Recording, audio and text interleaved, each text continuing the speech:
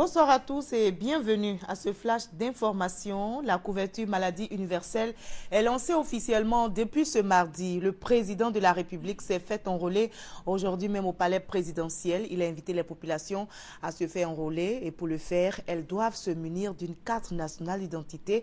Les explications avec Jérôme Kofi Aboulé. Le président de la République, Alassane Ouattara, enrôlé pour la couverture maladie universelle. La cérémonie organisée à cet effet ce mardi 30 décembre 2014 au palais présidentiel marque ainsi le début de l'opération sur toute l'étendue du territoire national. En appelant à la bonne marche du processus, le président de la République a invité les populations à se faire enrôler. C'est une étape importante de notre politique sociale. Je voudrais féliciter le ministre d'État et Madame le ministre de la Santé pour le travail important qui a été fait, qui permet aujourd'hui de lancer cet enrôlement à mon niveau. Et bien évidemment, au cours des prochains jours, de toutes les personnes concernées pourront procéder à leur enrôlement. Ceci est très important pour bien sûr tous les Ivoiriens, mais surtout pour les plus démunis. Et pour nous, c'est donc une action sociale, parce que des personnes en bonne santé travaillent plus. Donc je voudrais vous encourager tous à vous enrôler dès que les dispositions seront prises, aussi bien à Abidjan, bien évidemment, qu'à l'intérieur du pays. Pour se faire enrôler, il suffit d'avoir une carte nationale d'identité.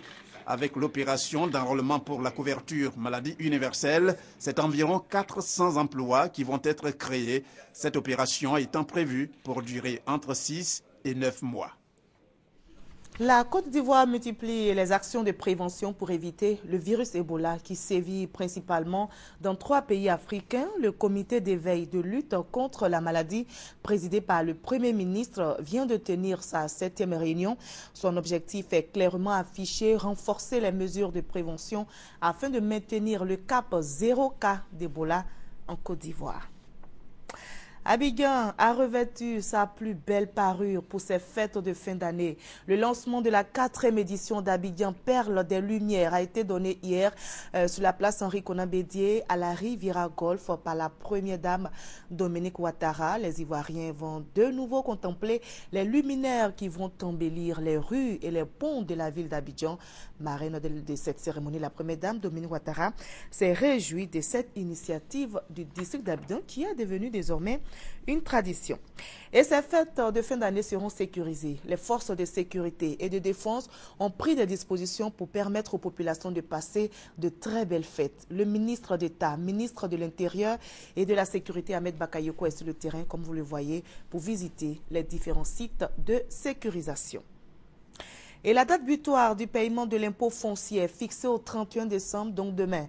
À cette occasion, la Direction générale des impôts a arrêté des mesures exceptionnelles comme l'ouverture des caisses jusqu'à 18 h demain, mercredi 31 décembre. Pour aider donc les contribuables à se mettre en règle, des dispositions ont été prises par la Direction générale des impôts. On en reparlera dans notre édition de ce soir.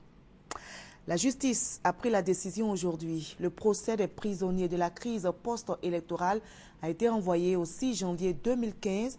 Ce procès pour atteinte à la sûreté de l'État de l'ex-première dame et de ses co-accusés est reporté le temps de la défense pour la défense de vérifier toutes les pièces du dossier de l'accusation. Et ce coup d'État manqué en Gambie, le palais présidentiel a été attaqué par des hommes armés en l'absence du président Yaya Jammeh, car en visite à l'étranger.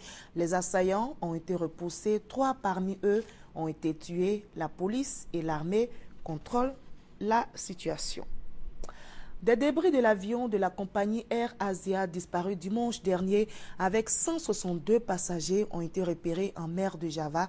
Des équipes de plongeurs ont été envoyées dans la zone et 3 corps ont été jusque-là repêchés. Voilà, c'est ici que l'on s'arrête pour ce flash d'information. On prend rendez-vous à 20 h pour la grande édition.